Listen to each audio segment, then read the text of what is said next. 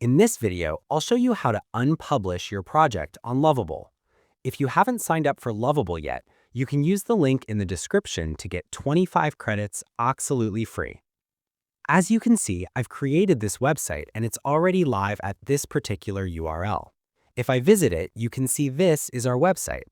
To unpublish it, go back to your project and click on your project name dropdown at the top. Then go to Settings. Scroll down and you'll see an option called Unpublish Project, which states that your app's published URL will no longer be accessible to anyone. Next to it, there's an Unpublish button. Click on it, then confirm you want to unpublish by clicking the Unpublish button once more. Wait a few seconds. As you can see, it says Success, your project has been unpublished.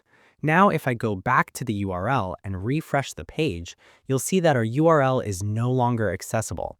We have successfully unpublished our website. That's all for this video. If you want to watch a video on how to get free credits on Lovable, simply click on the video appearing on your screen.